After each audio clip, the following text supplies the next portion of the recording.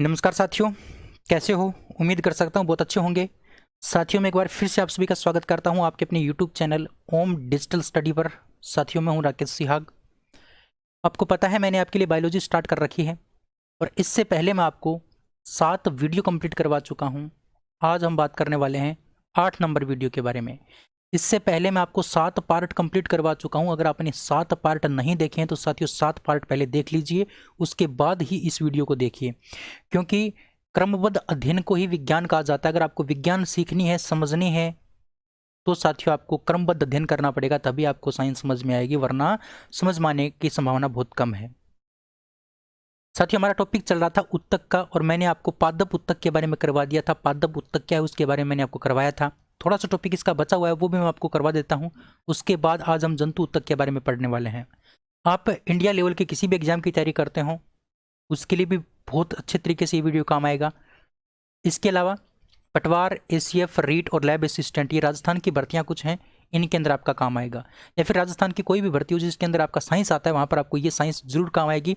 साथियों, मैं किसी एक एग्जाम को लेकर के टारगेट नहीं कर रहा हूँ, मैं ऐसी साइंस आपको करवा रहा हूँ जिससे आपकी सभी प्रकार की एग्जाम निकल जाएं और आपको बार बार पढ़ने की आवश्यकता न पड़े। इसलिए थोड़ा सा मैं आपसे कहना चाहूँगा, आप थोड़ा सा सहयोग करो तो साथियों मैं आपके लिए बहुत बेहतर कर सकूं। और मेरा मन है आपके लिए बेहतर करने का, क्योंकि आप मेरे वो साथी हो जो मुझे पढ़ा करके बहुत अच्छा लगता है और आपको भी शायद अच्छा लगता होगा, तभी तो आप पढ़ रहे हैं। आपको साथियों ऐसे कंटेंट के पैसे देने पड़ते हैं, लेकिन यहाँ पर आपको देखो कितने अच्छे तरीके से, सरल स्वभाव से आपको फ्री में ये चीज़ें अवेलेबल करवाई जा रही हैं। और जब अवेलेबल फ्री में करवाते हैं तो बोलते हैं लोग कि आप, मतलब कोई लोग इसकी इज्जत नहीं करता, लेकिन आपसे मैं रिक्वेस्ट करूंगा आप उनके जैसे मत बनो जो और लोग बनते हैं। ठीक है, शेयर कर दोगे आप वीडियो को, चैनल को आप सब्सक्राइब करोगे, अपने दोस्तों को शेयर करोगे चैनल को। और साथियों बेल आइकन को प्रेस करना जरूरी है, क्योंकि इससे आपको नोटिफिकेशन मिलता है। टेलीग्राम को आप ज्वाइन करेंगे तो वहाँ पर आपको पीडीएफ वगैरह मिलती रहती हैं, क्विज वगैरह मिलते रहते हैं। इसलिए आप इस ओम डिजिटल स्टडी टेलीग्राम चैनल को भी आप ज्वाइन करेंगे। चलिए क्लास को स्टार्ट करते हैं और बात करते हैं 8 नंबर वीडियो की। देखिए साथियों, कल मैंने आपको पादप उत्तक स्टार्ट करवाया था और पादप उत्तक में हमने कुछ पढ़ लिया था। मैंने आपको पढ़ाया था कि पादप उत्तक आपके 2 प्रकार के होते हैं। पहला आपका होता है विभज्योतक उत्तक, जो मैंने आपको करवा दिया था, पहला विभज्योतक उत्तक। दूसरा होता है साथियों स्थायी उत्तक, मैंने आपको स्थायी उत्तक स्टार्ट करवा दिया था। और स्थायी उत्तक भी आपके कितने प्रकार के बताए थे मैंने आपको? 2 प्रकार के। एक मैंने बताया था सरल स्थायी उत्तक और एक मैंने बताया था जटिल स्थायी उत्तक। मैंने सरल स्थायी उत्तक को स्टार्ट करवाया था और सरल स्थायी उत्तक भी आपके 3 प्रकार के थे। पहला था आपका मर्दूतक, पहला मर्दूतक था। दूसरा आपका स्थूल कोण उत्तक था और तीसरा आपका साथियों आता है दृढ़तोतक। दृढ़तोतक, ये 3 पार्ट होते हैं आपके सरल स्थायी उत्तक के। इसमें मैं आपको मर्दूतक के बारे में करवा चुका हूं, यहां तक हमने कंप्लीट कर लिया, इससे पीछे का सारा टॉपिक ही कंप्लीट कर लिया है। आज हमें यहां से पढ़ना स्टार्ट करना है स्थूल कोण उत्तक से। क्या होता है स्थूल कोण उत्तक, क्या होता है दृढ़तोतक, इसके बारे में डिटेल से चर्चा करेंगे। उसके बाद हमारा यह जटिल उत्तक बचा है, इसको हम कवर करेंगे। उसके बाद हम जंतु उत्तक की तरफ चलेंगे। तो आज का हमारा टॉपिक यही रहने वाला है, यानी कुछ पार्ट तो मैं आपको करवाऊंगा, ये वाला पार्ट तो मैं आपको पादप उत्तक का करवाऊंगा और उसके बाद मैं आपको जंतु उत्तक के बारे में करवाऊंगा। चलिए शुरू करते हैं साथियों, बहुत अच्छे तरीके से, बहुत ही ज़बरदस्त तरीके से शुरू करते हैं। इसको मैं रफ कर देता हूं और बहुत अच्छे तरीके से, और जो आपको समझ में आए वे उसी तरीके से मैं आपको करवाऊंगा। अब हम बी पार्ट की बात करते हैं। ए पार्ट में आपको मर्दू तक करवा चुका हूं, बी पार्ट की बात करते हैं और बी पार्ट में हम पढ़ने वाले हैं स्थूल कोणोत्तक के बारे में। किसके बारे में? स्थूल कोणोत्तक के बारे में बात करने वाले हैं। स्थूल कोणोत्तक क्या होता है, स्थूल कोण उत्तक क्या होता है, सबसे पहली बात तो यही है। साथियों इनकी विशेषताएं याद करनी थोड़ी सी कठिन होती है, लेकिन आप अगर बार बार इनको रिपीट करोगे ना, 2-3 बार रिपीट कर लोगे एक बार मेरे से पढ़ के, तो आपको याद हो जाएगा, हमेशा के लिए आपको याद रहेगा। रटने की आवश्यकता नहीं है, बस आपको थोड़ा सा समझना है, थोड़ा सा भेजे के अंदर आपको सेट करना है इनको। सबसे पहली बात, इसको हम कोलेन कायमा के नाम से भी जानते हैं। इसको हम क्या बोलते हैं? कोलेन कायमा। जिस प्रकार से मर्दूतक है उसको हम पेरेन कायमा बोलते हैं, उसी प्रकार से स्थूल कोण उत्तक को हम क्या बोलते हैं? कोलेन कायमा बोलते हैं। 1 नंबर बात आपको ध्यान रखनी है। दूसरी बात आपको साथियों ये ध्यान रखनी है कि आपका जो ये स्थूल कोण उत्तक होता है, इसकी जो कोशिका होती है वो जीवित होती है। इसकी कोशिका कैसी होती है? जीवित। इसकी कोशिका जीवित होती है। ठीक है, ये इसकी विशेषताएं होती हैं साथियों। अभी विशेषताएं आपको याद रखनी पड़ेंगी। इसकी कोशिका लंबी भी होती है और जो कोने होते हैं, कोनों पर से अनियमित रूप से मोटी होती है। कोनों पर से अनियमित रूप से मोटी, अनियमित रूप से मोटी। अब ये विशेषताएं ना तो इसको हम समझा सकते, लेकिन इनको आप क्या है बार बार पढ़ोगे ना तो आपको याद हो जाएंगी। अनियमित रूप से मोटी होती हैं। अब मुझे याद है क्यों? क्योंकि मैं बार बार इनको पढ़ाता हूँ, बार बार पढ़ता हूँ, तब मेरी याद है। ध्यान रखना, स्थूल कोण ऊतक की अगर हम बात करते हैं तो इसको हम कोलेन कायमा के नाम से जानते हैं। इसकी कोशिका जीवित होती है, लंबी होती है और कोनों से क्या होती है, अनियमित रूप से मोटी होती है। यानी साथियों ये इस प्रकार की कोशिकाएं मान लो, ये लंबी भी है, ये जीवित भी है, और कोने जो है ना इसके कोने, वहां से ये इस प्रकार से अनियमित रूप से मोटी होती है। ये अनियमित रूप से मोटी, अनियमित रूप से मोटी होने का मतलब कहीं से पतली कहीं से मोटी, इस प्रकार से इसको बोलते हैं अनियमितता। इस प्रकार से अनियमित रूप से मोटी होती है स्थूल कोण ऊतक की कोशिका, कोणों के ऊपर से। ये इसकी विशेषता है। उसके बाद अगर हम बात करते हैं, ये जो कोशिकाएं होती हैं, इनकी जो कोशिकाएं होती हैं जीवित, लंबी और कोनों पर से अनियमित रूप से मोटी होती हैं।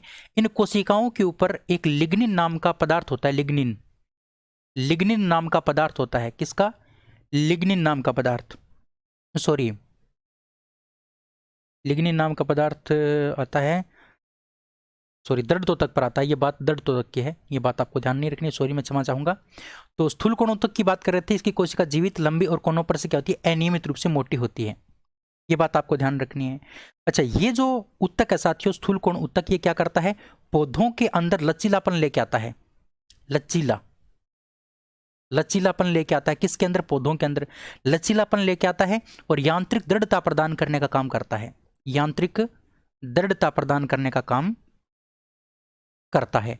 यानी स्थूल कोण ऊतक का कार्य क्या है, तो मैंने आपको कार्य बता दिया साथियों।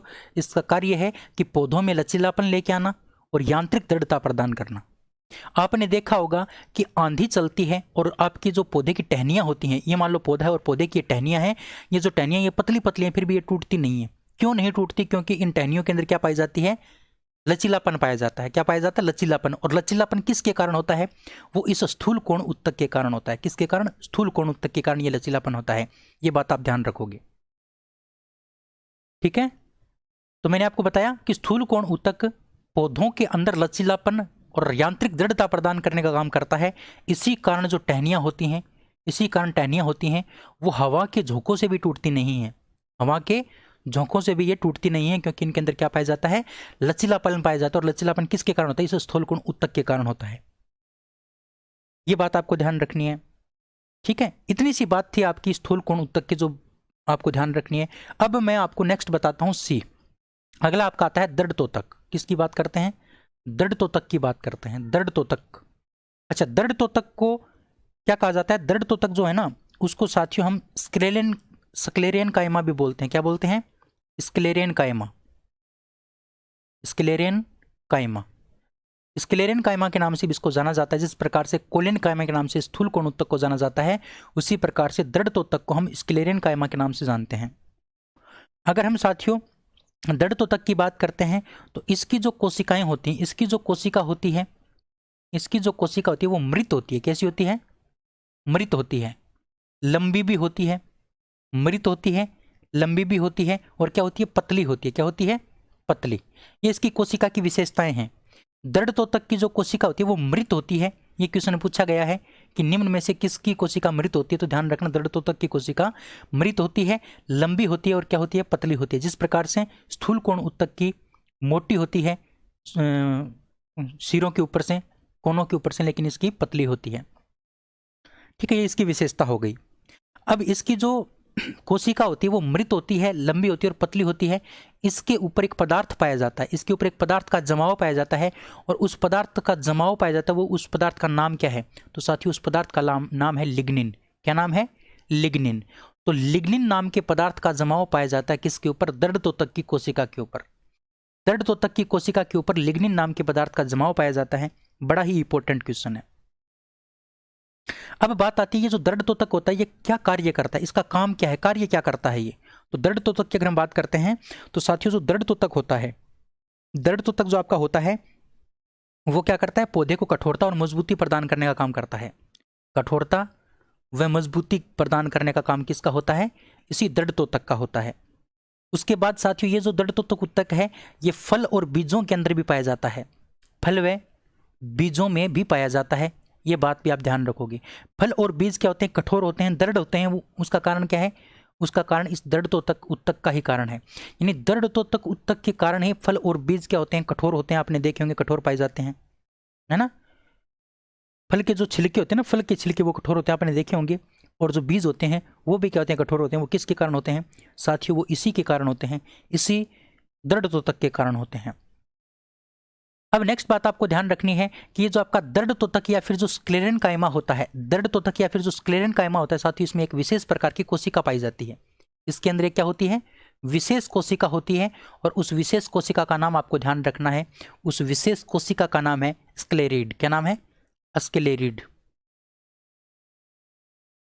स्क्लेरिड स्क्लेरिड नाम की एक कोशिका पाई जाती है, जो विशेष प्रकार की कोशिका होती है। और वो किसके अंदर पाई जाती है, वो इसी स्क्लेरेनकाइमा या फिर दृढ़तोतक के अंदर पाई जाती है। तो ये क्वेश्चन भी पूछा गया है जेल प्रहरी के अंदर कि स्क्लेरिड नाम की कोशिका किसके अंदर पाई जाती है। तो ध्यान रखोगे दृढ़तोतक या फिर स्क्लेरेनकाइमा के अंदर ये स्क्लेरिड नाम की क्या है, कोशिका पाई जाती है। इसी कोशिका के कारण अमरूद और जो नाशपाती होती है, अमरूद व नाशपाती, अमरूद व नाशपाती को खाने पर किरकिराहट महसूस होती है। क्या महसूस होती है, किरकिराहट महसूस होती है। आपने देखा होगा कभी अमरूद खाया होगा, नाशपाती आपने खाई होगी, तो आपके दांतों के नीचे किरकिराहट महसूस होती है। वो किसके कारण होती है, वो इसी स्क्लेरिड नाम की कोशिका के कारण होती है। याद हो जाएगा ना अच्छे से। तो स्क्लेरेनकाइमा में एक विशेष प्रकार की कोशिका स्क्लेरिड होती है, जिसके कारण अमरूद और नाशपाती को खाने पर किरकिराहट महसूस हमें होती है। ये बातें आपको ध्यान रखनी है। तो मैंने आपको स्थूल कोण उत्तक करवा दिया, मैंने आपको दृढ़तोतक करवा दिया। इसका मतलब आपका सरल उत्तक वाला टॉपिक कंप्लीट हो गया। इसके बाद हम जटिल उत्तक की बात करेंगे, लेकिन आपको ये बात समझ में आनी चाहिए। एक बार फिर से मैं आपको रिपीट करवा देता हूं। देखिए, बात करते हैं स्थूल कोण उत्तक की, जिसको हम कोलेनकाइमा के नाम से जानते हैं। इस उत्तक की कोशिका जीवित होती है, लंबी होती है और कोनों पर से अनियमित रूप से क्या होती है, मोटी होती है। यह उत्तक पौधों को लचीलापन, यांत्रिक दृढ़ता प्रदान करता है। यही कारण है कि तेज हवा के झोंके के बावजूद भी टहनी टूटती नहीं है, क्योंकि इसके अंदर लचीलापन पाया जाता है, यांत्रिक दृढ़ता पाई जाती है, जिसके कारण तेज हवा का झोंका आता है तो भी टहनी टूटती नहीं है। क्यों, क्योंकि उस टहनी के अंदर क्या होता है, आपका स्थूल कोण उत्तक होता है। इसी प्रकार से हम बात करते हैं दृढ़तोतक की। अगर हम दृढ़तोतक की बात करते हैं तो दृढ़तोतक जो है ना, उसको हम स्क्लेरेनकाइमा के नाम से भी जानते हैं। ये बात इंपॉर्टेंट है, स्क्लेरेनकाइमा दृढ़तोतक का ही दूसरा नाम है। इसकी कोशिका लंबी, पतली, लेकिन क्या होती है, मृत होती है। जिस प्रकार से इसकी कोशिका जीवित होती है, उसी प्रकार से इसकी कोशिका क्या होती है, मृत होती है।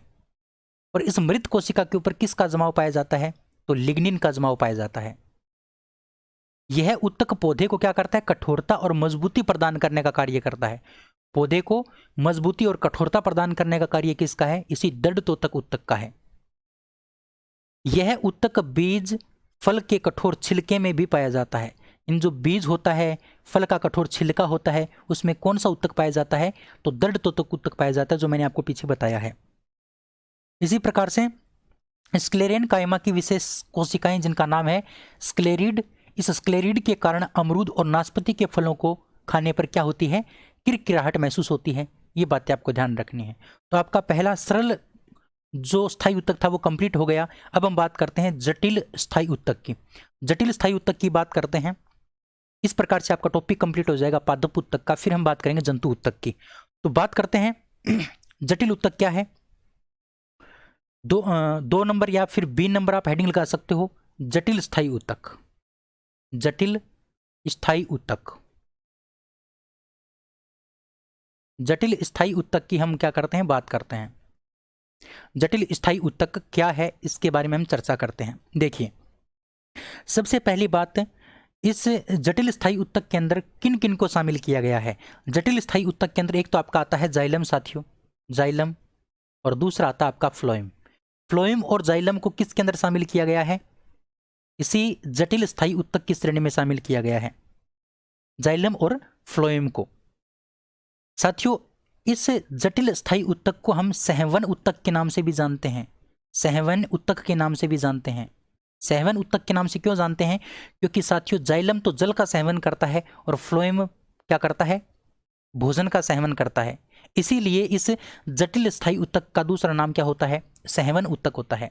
इस जटिल स्थायी उत्तक का दूसरा नाम क्या होता है? सहवन उत्तक होता है। ठीक है, सहवहन उत्तक भी कहते हैं क्योंकि ये क्या करते हैं? सहवन पुल का निर्माण करते हैं। और सहवन पुल का मतलब ऊपर से नीचे आता है और नीचे से ऊपर जाता है पानी, ऊपर से नीचे भोजन आता है। इसका मतलब ये सहवन पुल का निर्माण होता है। वो किसके माध्यम से? जाइलम और फ्लोएम के माध्यम से होता है, इसलिए इसको सहवन उत्तक के नाम से भी हम जानते हैं। अब हमें डिटेल से पढ़ना है साथियों। सबसे पहले बात करनी है हमें किसकी? सबसे पहले बात करनी है साथियों जाइलम की। सबसे पहले बात किसकी करनी है? सबसे पहले जाइलम की बात करनी है। जाइलम क्या है उसके बारे में हम डिटेल से चर्चा करते हैं। जाइलम क्या है? देखिए, जाइलम की अगर हम बात करते हैं साथियों तो आपको ध्यान होना चाहिए जाइलम क्या करता है? ये जल का परिवहन करता है। जल व खनिज लवणों का सहवन करता है। खनिज लवणों का सहवन, खनिज लवणों का सहवन करता है। कौन सी साइड करता है? तो साथियों नीचे से ऊपर की ओर करता है। नीचे से ऊपर की ओर, नीचे से ऊपर की ओर क्या करता है? ये खनिज पदार्थों और जल का सहवन करता है। जैसे ये पौधा है, ये पौधे की जड़ है और पौधे की जड़ में हम क्या डालते हैं? पानी डालते हैं। और यहीं पर मिट्टी के अंदर क्या पाए जाते हैं? आपके फास्फोरस, नाइट्रोजन वगैरह पाए जाते हैं, तो वो आपके खनिज लवण होते हैं। तो खनिज लवण भी जड़ के माध्यम से अवशोषित किए जाते हैं और पौधे के ऊपर वाले भाग में पहुंचाए जाते हैं। तो ये नीचे से खनिज लवणों को और जल को ऊपर ले जाने का काम कौन करता है? तो यही जाइलम करता है। जय फॉर जाइलम, जय फॉर जल, ध्यान रखना, जय फॉर जाइलम, जय फॉर जल। तो जाइलम है वो जल का सेवन करता है और खनिज लवणों का सेवन भी करता है, क्योंकि खनिज लवण भी आपकी मिट्टी में पाए जाते हैं, मृदा में पाए जाते हैं। और ये काम किस प्रकार से करता है? ये नीचे से ऊपर की ओर कार्य करता है। नीचे से ऊपर की ओर कार्य करता है। इसका मतलब ये क्या करता है? ये गुरुत्वाकर्षण बल के विरुद्ध काम करता है। गुरुत्वाकर्षण बल के विरुद्ध काम करता है। बल के विरुद्ध काम करता है। गुरुत्वाकर्षण बल के विरुद्ध मतलब क्या हो गया कि गुरुत्वाकर्षण बल हमेशा आपको पता है भाई साथियों नीचे की तरफ लगता है। गुरुत्वाकर्षण बल, पृथ्वी के द्वारा लगने वाला बल, गुरुत्वाकर्षण बल नीचे की ओर लगता है, नीचे की ओर लगता है, लेकिन ये काम करता है ऊपर की ओर। इसका मतलब ये गुरुत्वाकर्षण बल के विरुद्ध काम करता है। कौन? जाइलम उत्तक। ये बड़ी इंपॉर्टेंट बात है, ध्यान रखोगे। जाइलम उत्तक गुरुत्वाकर्षण बल के विरुद्ध काम करता है। इतनी सी बात आपको जाइलम के बारे में ध्यान रखनी थी। अब 2 नंबर बात आती है साथियों फ्लोएम की। किसकी बात आती है? फ्लोएम की। 2 नंबर या फिर बी नंबर हमारा जो है ना वो है फ्लोएम। अब हम बात करते हैं फ्लोएम की। देखिए फ्लोएम से एफ से फूड और फ्लोएम एफ से क्या होता है? फ्लोएम एफ से फ्लोएम और एफ से फूड, यानी कहने का मतलब ये क्या करेगा? भोजन का सहवन करेगा, भोजन का संवहन करेगा, भोजन का सेवन करने का काम करता है। और भोजन का सेवन करता किस प्रकार से है? ऊपर से नीचे की ओर, क्योंकि पौधे का भोजन बनता कहां पर है? भोजन बनता है पत्तियों के अंदर। अब पत्तियां पाई जाती हैं ऊपर, और ऊपर से नीचे की तरफ लेके आने का काम कौन करता है? यही फ्लोएम उत्तक करता है। तो भोजन का सेवन करने का काम करता है और ऊपर से नीचे की ओर करता है। बड़ी इंपॉर्टेंट बात है, ध्यान रखोगे। अगर हम बात करते हैं साथियों तो ये जो फ्लोएम उत्तक है, फ्लोएम उत्तक आपका गुरुत्वाकर्षण बल के अनुसार काम करता है। गुरुत्वाकर्षण बल के गुरुत्वाकर्षण बल की ओर कार्य करता है। गुरुत्वाकर्षण बल की ओर कार्य करता है। गुरुत्वाकर्षण बल की ओर कार्य करने का काम किसका होता है? तो वो इसी फ्लोएम का होता है। फ्लोएम जो है ना, फ्लोएम वो गुरुत्वाकर्षण बल के क्या करता है? अनुकूल कार्य करता है। जिस प्रकार से गुरुत्वाकर्षण बल नीचे की ओर लगता है तो ये भी नीचे की ओर कार्य करता है। इसका मतलब ये क्या हो गया? गुरुत्वाकर्षण के साथ काम हो गया। अब हम बात करते हैं ये जो फ्लोएम होता है साथियों, फ्लोएम ये किस किस से मिलकर के बना होता है? ये किस से मिलकर के बना होता है? तो ध्यान रखना, ये जो फ्लोएम उत्तक होता है ये फ्लोएम फाइबर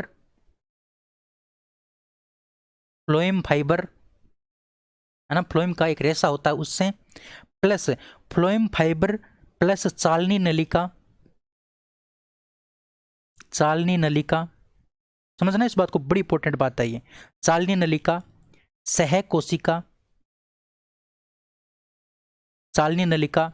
सहकोशिका और इसके साथ साथ फ्लोएम पेरेनकाइमा, फ्लोएम पेरेनकाइमा,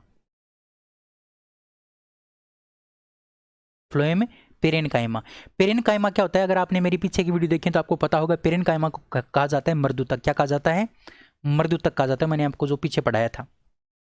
तो फ्लोएम फाइबर यानी फ्लोएम का रेशा, चालनी नलिका यानी ऊपर से नीचे जो लेके आता है ना, ये भोजन को नीचे लेके आता है, वो एक नलिका के माध्यम से आता है, उस नलिका को चालनी नलिका बोलते हैं।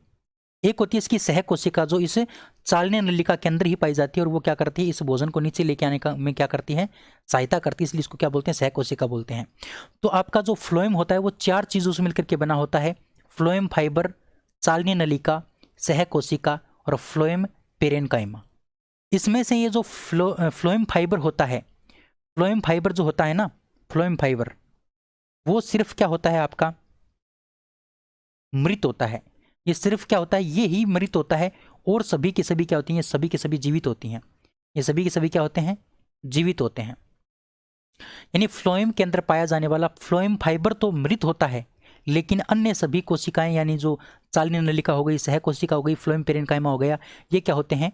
जीवित होते हैं, जो बड़ी ही इंपॉर्टेंट बात है आपके एग्जाम के पॉइंट ऑफ व्यू से। ठीक है साथियों, तो मैंने आपके सामने बहुत अच्छे से डिस्कस किया है जटिल स्थायी ऊतक क्या होता है, जाइलम क्या होता है, फ्लोएम क्या होता है। उम्मीद करता हूं आपको समझ में ये आया होगा। अब हम इसके बारे में डिटेल से चर्चा करते हैं। देखिए, बात हम करते हैं जटिल स्थायी ऊतक की। तो जटिल स्थायी ऊतक के अंदर कौन कौन काम आता है? एक तो आपका जाइलम और एक फ्लोएम। यानी जाइलम और फ्लोएम को किसके अंदर शामिल किया गया है?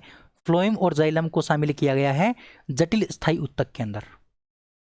इन ऊतकों को सहवन ऊतक भी कहते हैं, क्योंकि ये क्या करते हैं? सहवन पुल का निर्माण करने का कार्य करते हैं। सहवन पुल का मतलब मैंने बताया था, भोजन को ऊपर से नीचे और जल को नीचे से ऊपर ले जाने का काम करते हैं, इसको बोलते हैं सहवन पुल। तो सहवन पुल का निर्माण करने का कार्य करते हैं जाइलम और फ्लोएम, इसीलिए इस जटिल स्थायी ऊतक को हम क्या बोलते हैं? सहवन ऊतक, या फिर जाइलम और फ्लोएम को हम क्या बोलते हैं? सहवन ऊतक बोलते हैं। फिर मैंने आपको जाइलम ऊतक के बारे में बताया था। जो जाइलम होता है वो पानी और खनिज लवण का ऊर्ध्वाधर सेवन करता है। ऊर्ध्वाधर का मतलब क्या होता है? नीचे से ऊपर की ओर क्या करता है? ये सेवन करता है। ऊर्ध्वाधर सेवन का मतलब नीचे से ऊपर की ओर। और साथियों ये क्या करता है? गुरुत्वाकर्षण बल के विरुद्ध काम करता है। मैंने आपको बताया था भाई नीचे से ऊपर की ओर कर रहा है, इसका मतलब गुरुत्वाकर्षण बल तो नीचे की ओर लगता है, तो ये गुरुत्वाकर्षण बल के विरुद्ध काम हो गया। उसके बाद मैंने आपको फ्लोएम के बारे में बताया था कि यह चालनी नलिका, सह कोशिका, फ्लोएम पेरेनकाइमा और फ्लोएम फाइबर से मिलकर के बना होता है। फ्लोएम फाइबर इसमें से क्या होता है? मृत होता है, और ये सभी के सभी क्या होते हैं? आपके जीवित होते हैं। ये सभी के सभी आपके क्या होते हैं? ये जीवित होते हैं।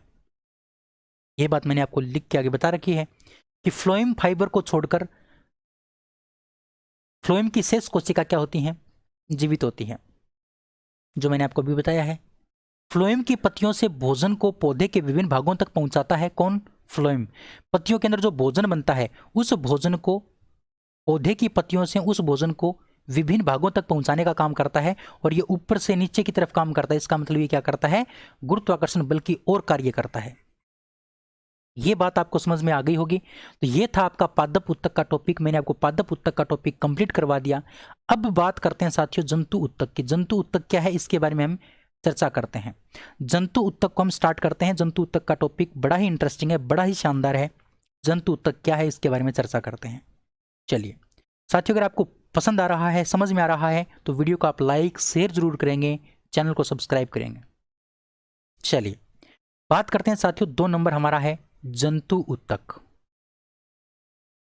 जंतु ऊतक, क्योंकि मैंने आपको बताया था ऊतक 2 प्रकार के हैं, एक पादप ऊतक, पादप ऊतक हमने पढ़ लिया। अब हम बात करते हैं जंतु ऊतक की। तो अगर हम जंतु ऊतक की बात करते हैं साथियों, तो जंतु ऊतक यानी जो जंतु में पाए जाते हैं, पादप ऊतक जो पादपों में पाए जाते हैं। तो जंतु ऊतक जो है ना, उसको 4 भागों में बांटा गया है। कितने भागों में? 4 भागों में। इसमें जो सबसे पहला भाग है वो है आपका उपकला ऊतक।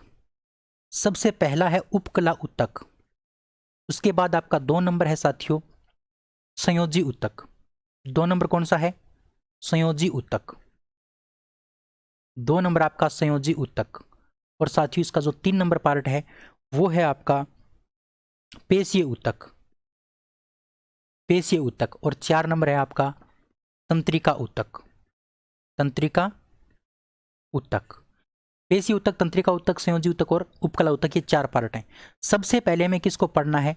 उपकला ऊतक को पढ़ना है। किसको पढ़ना है? उपकला ऊतक को हमें पढ़ना है सबसे पहले। उपकला ऊतक क्या होता है, इसके बारे में हम डिटेल से चर्चा करेंगे साथियों।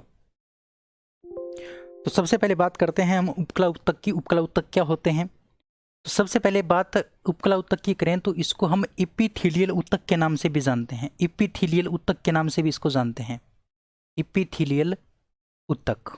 ये भी बड़ी इंपॉर्टेंट बात है जो आपको ध्यान रखनी है। इसको हम इपिथीलियल ऊतक के नाम से भी जानते हैं। और साथियों ये क्या करते हैं, जो कोशिकांग होते हैं, जो कोशिकांग होते हैं उनको रक्षा करते हैं। कोशिकांगों की क्या करते हैं? कोशिकांग की बाहरी रूप से रक्षा करते हैं। कोशिकांग की बाहरी रूप से रक्षा करते हैं, यानी बाहर से कोई पदार्थ आता है जो कोशिकांग को नष्ट करे या खराब करे, उस पदार्थ से बचाने का काम करते हैं, यानी बाहरी पदार्थ से बचाने का काम करते हैं कोशिकांग को आपके उपकला ऊतक। ये जो उपकला ऊतक होते हैं, इनकी जो कोशिकाएं होती हैं, इनकी जो कोशिकाएं होती हैं साथियों, वो आपस में सटी हुई होती हैं। कोशिकाएं क्या होती हैं? आपस में सटी हुई। इसकी जो कोशिका होती हैं वो आपस में क्या होती हैं? सटी हुई होती हैं। सटी होने का मतलब क्या है? पास पास होती हैं। इसकी कोशिकाएं आपस में क्या होती हैं? पास पास होती हैं, ठीक है। और ये कोशिकांग की बाहरी रूप से रक्षा करने का कार्य करते हैं। अब साथियों बात आती है कि ये जो ऊतक होते हैं, उपकला ऊतक, उपकला ऊतक जो होते हैं वो वातावरण और शरीर के अंगों के बीच में पदार्थों का आवागमन भी करते हैं। यानी पदार्थ या फिर वातावरण, बाहरी वातावरण व पदार्थों के आवागमन का, पदार्थों के आवागमन का कार्य भी करते हैं। यानी ये मान लो हमारी त्वचा है मान लो, और बाहर से कोई पदार्थ आया, उस पदार्थ को अंदर लेके जाना है, या फिर अंदर से कोई पदार्थ बाहर भेजना है, तो उसके आवागमन को भी कौन पारगम्यता प्रदान करते हैं? तो यही उपकला ऊतक प्रदान करते हैं। उपकला ऊतक जो है अंदर से, जैसे पसीना हमारी त्वचा के द्वारा बाहर आता है ना, और हम सांस लेते हैं या फिर कोई और कुछ खाते हैं, या फिर हम क्या करते हैं, विटामिन डी ग्रहण करते हैं त्वचा के माध्यम से, तो वो आवागमन जो करता है पदार्थों का, वो कौन करता है? आपका उपकला ऊतक करता है। तो वातावरण और पदार्थों के बीच में आवागमन के लिए पारगम्यता प्रदान करने का काम कौन करता है? यही उपकला ऊतक करते हैं। साथियों उपकला ऊतक कहाँ कहाँ पाए जाते हैं? तो एक तो हमारी त्वचा के ऊपर, मेन इंपॉर्टेंट तो बात यही है कि हमारी त्वचा पर कौन सा ऊतक होता है? तो आपका उपकला ऊतक होता है। इसी प्रकार से जो मुंह होता है उसके, वो भी एक प्रकार का उपकला ऊतक है। वर्कीय स्तर, वर्कीय स्तर का मतलब होता है साथियों कि हमारी जो किडनी है, किडनी के ऊपर जो आपको परत मिलेगी, किडनी के ऊपर जो परत मिलती है वो परत भी क्या है? एक प्रकार की उपकला ऊतक है। इसी प्रकार से हमारी आहार नाल, जिसको हम पोषक नाल के नाम से भी जानते हैं, आहार नाल जो है ना, वो भी एक प्रकार की उपकला ऊतक है। आहार नाल भी एक प्रकार की उपकला ऊतक है। और इसी प्रकार से साथियों जो रक्त वाहिनियां होती हैं, रक्त वाहिनियां, वो भी एक प्रकार की उपकला ऊतक हैं।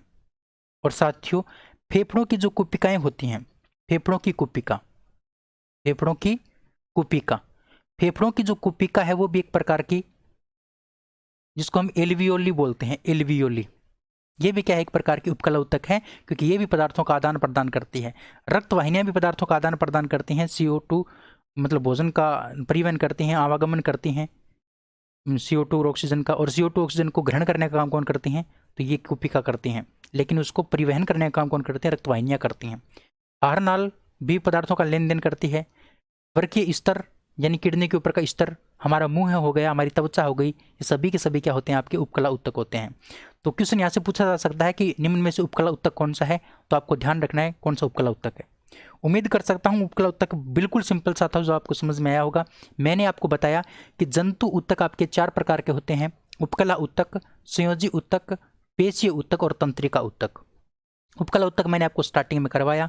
इपिथीलियल ऊतक के नाम से इसको जाना जाता है। कोशिकांग की बाहरी रूप से रक्षा करते हैं। कोशिका इसकी सटी हुई होती हैं यानी पास पास होती हैं। वातावरण और पदार्थों के बीच में आवागमन के लिए पारगम्यता प्रदान करने का कार्य कौन करता है? तो यही उपकला ऊतक करता है। त्वचा, मुंह, वर्कीय स्तर, आहार नाल, रक्तवाहिनी, फेफड़ों की कुपिका जिसको हम एल्वियोली बोलते हैं, ये सभी के सभी आपके क्या हैं? उपकला ऊतक हैं। अब देखिए हम थोड़ा डिटेल से और पढ़ लेते हैं इनको। बात हम जंतु ऊतक की कर रहे थे और जंतु ऊतक में आपका पहला जो प्रकार है साथियों वो है उपकला ऊतक। इसको हम इपिथीलियल ऊतक के नाम से भी जानते हैं। और ये ऊतक जंतु के शरीर या फिर कोशिकांग को बाहरी रूप से सुरक्षा प्रदान करने का कार्य करते हैं। किसी भी कोशिकांग को या फिर शरीर को बाहरी रूप से सुरक्षा प्रदान करने का कार्य कौन करते हैं? आपके उपकला उत्तक करते हैं, जिनको हम इपिथीलियल उत्तक के नाम से भी जानते हैं। इस उत्तक की जो कोशिका होती है वो आपस में क्या होती है? सटी हुई होती है। इस उत्तक की कोशिका आपस में क्या होती है? सटी हुई होती है, तथा इन कोशिका के बीच बहुत कम स्थान पाया जाता है। इन कोशिका के बीच में क्या पाया जाता है? बहुत कम स्थान पाया जाता है। ये बात भी आपको कहीं ना कहीं ध्यान रखनी है।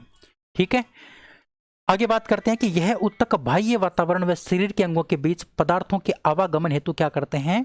पारगम्यता प्रदान करते हैं। मैंने आपको बताया कि ये जो उत्तक होते हैं, ये बाहरी जो वातावरण, हमारा बाहरी वातावरण, उस बाहरी वातावरण और हमारे शरीर के जो अंग होते हैं उनके बीच पदार्थ जो होते हैं उनका आवागमन करने के लिए पारगम्यता प्रदान करने का कार्य भी कौन करता है?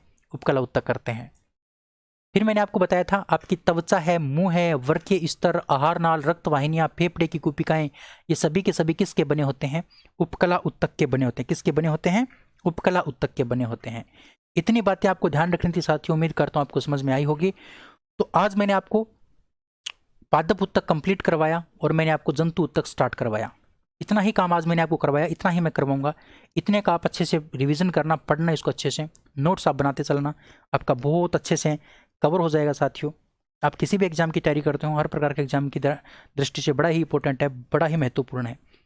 वीडियो डेली देखा करो, डेली आप नोट्स बनाया करो। रोजाना मेरी ये क्लास आती है, डेली क्लास चलती रहेगी। पूरी साइंस मैंने आपको करवाने की कही है, तो मैं पूरी साइंस आपको करवाऊंगा। जो दोस्त अच्छे से पढ़ेंगे उनको पढ़ने को बहुत अच्छे से मिलेगा, और जो भाई नखरा करेगा तो उसको क्या मिलेगा? कुछ नहीं मिलेगा। लेकिन मैं आपसे शेयर करने की रिक्वेस्ट करना चाहूँगा, आप शेयर कर दीजिए वीडियो को, लाइक कर दीजिए अगर आपको पसंद आया है तो, और चैनल को आप सब्सक्राइब जरूर कर देना। पसंद आया है तो ही लाइक करना, वरना शेयर तो करना ही करना है, चाहे पसंद आओ चाहे ना आओ, करना ही करना है शेयर तो। लेकिन लाइक आपको पसंद आने पे ही करना है। सब्सक्राइब कर लो भाई, कर लो सब्सक्राइब। ठीक है, धन्यवाद दोस्तों, अगले वीडियो में मिलते हैं, तब तक के लिए जय हिंद, जय Bharat, thank you, bye bye.